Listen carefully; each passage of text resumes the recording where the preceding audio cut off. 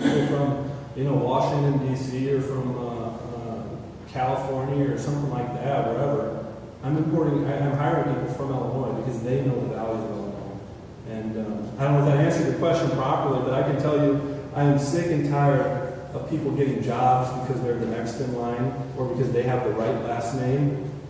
I don't have a person in my family on the government payroll except for the check I get from the United States Navy. And I think we need more people like that from the private sector to get this thing straightened out. Yes, sir?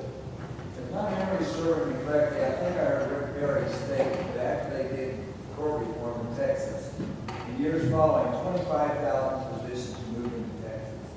I know several years ago we had a neurosurgeon in Carbondale, and his malpractice was $250,000 a year.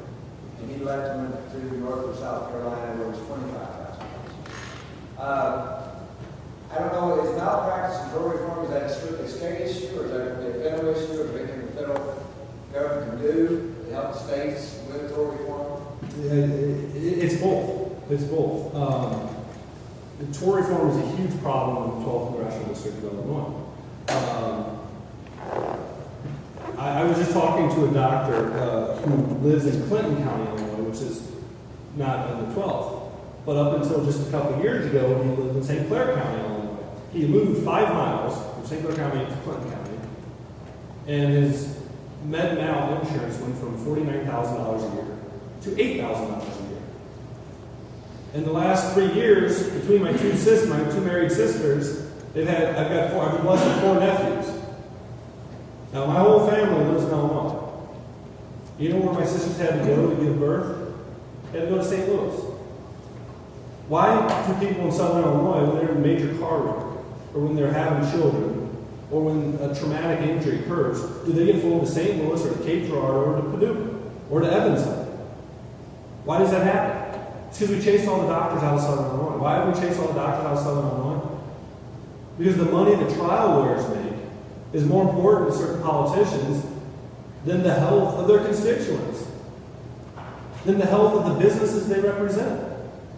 Why does Whirlpool leave Heron? Why does Winchester Olin leave East Alton? Why have we lost so many jobs? Why does the state of Illinois go from 25 congressional districts to 24 congressional districts to 22 congressional districts to 19 congressional districts to 18 congressional districts? And why does Texas increase congressional districts? Why does Utah increase congressional districts? Why does all these other pro-growth, pro-proper public policy states grow population and grow jobs? People are going to go where it makes sense to live.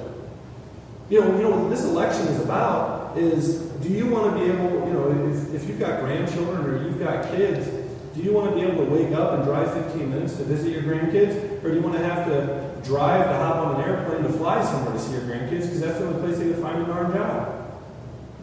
It's absolutely ridiculous. The tort environment of Illinois, the tort environment of Southern Illinois, the tort environment specifically in the Metro East is devastating our region. It's devastating our health care. It's devastating our jobs, healthcare. It's devastating our businesses. And if people don't think that we don't need tort reform, the voters, if you poll, every voter says we need tort reform. Well, why don't we have a politician that's going to stand up for small businesses, stand up for workers, and stand up for pregnant women and for people in car accidents and people that need health care instead of for the trial lawyers? I think that's an important thing. Because I can guarantee you, if the tort environment continues in Illinois the way it continues, we're going to continue to lose jobs, we're going to continue to lose population, and we're going to continue to see a quality of life that goes the wrong way. And it's really frightening. I don't think that there's a doctor in Southern Illinois, a business in Southern Illinois, or a worker in Southern Illinois that will say tort reform is a huge issue. And I think that's something that distinguishes my campaign from my opponents. It wasn't that long ago we did a $10 a head fundraiser. And that same exact night, we were doing a $10 a head fundraiser, and we had like 287, 277. It was a huge number of people in Buffalo. Same night, $10 a head. My opponent did a $1,000 a head fundraiser with trial attorneys outside of the district. That's ridiculous. It's absolutely ridiculous. And we're going to stand up for the workers, the small businessmen, and the doctors, not the trial lawyers. Any other questions? Yes, sir. There are substantial issues in public schools, not just in this region, but across the country. Some years ago, I had the opportunity to work part-time for a conservative political think tank in Michigan. And I wrote some articles on school choice, particularly on vouchers and tuition tax credits. Where do you stand on vouchers and school choice and parental choice? Well, like you, I spent some time at a conservative think tank. I spent time at the Heritage Foundation. And, I think that I think our parents should have the opportunity to make sure their kids graduate school with opportunity. I think our kids should be given every tool that they can possibly have to compete, not just with the kids graduating school in Missouri, but with the kids graduating school in Singapore or in France or in China or wherever. And I think what we see right now, instead of using metrics to say, are we getting bang for the buck that we should be getting? I mean, if you look, the per pupil spending in the United States of America and the state of Illinois over the last 40 years, I mean, it's on an upward trajectory like this. And our test scores are like this. Okay, if you're a businessman and you spend money like this and your results are like this, you won't be in business long. Okay? If you're in the military and you get this kind of budget from the federal government and the performance of your troops is like this, you're not going to be in command very long. Well, how come our educational system gets money like this and performance like this? I would argue it's because we're not holding the right people accountable. I would argue because it's not always about teaching children.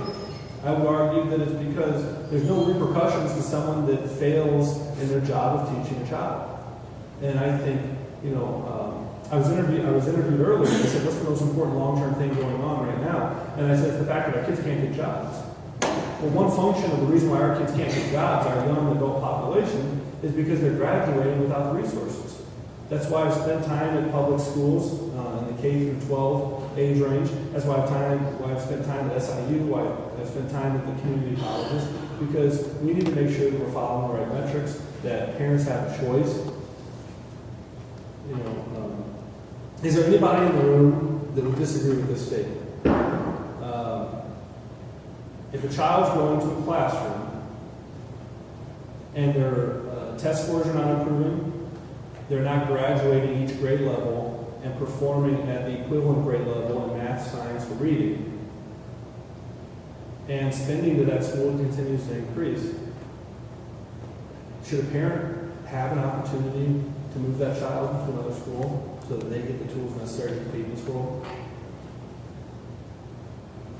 I think the voters care about children. I think they care about accountability. And I think that school choice offers accountability and offers kids, the 12th Congressional District, East St. Louis, the school boards get taken over by the state of Illinois. Now some people will play politics with that. Forget the politics. That's immoral. It's immoral that those kids aren't graduating with the tools they're going to need to put food on the table. And then they wonder why crime's out of control. They wonder why there's violence, why there's vandalism. It's because the kids aren't working. Why aren't the kids working? Well, one, we chase all the jobs out, and two, they're not educated properly. So, at the end of the day, we've got to reform our system, and I'll do what I can to help. But there has to be accountability, there has to be metrics, just like in anything else in the world. Jason, Yes, sir. my son he is now just graduated, not graduated yet, but he's finished some schooling here and moving on to Southeastern. But this is a child that the school, the education system just about forgot. It would have been for me and my wife standing up for his rights in the school system and demanding on this child getting the best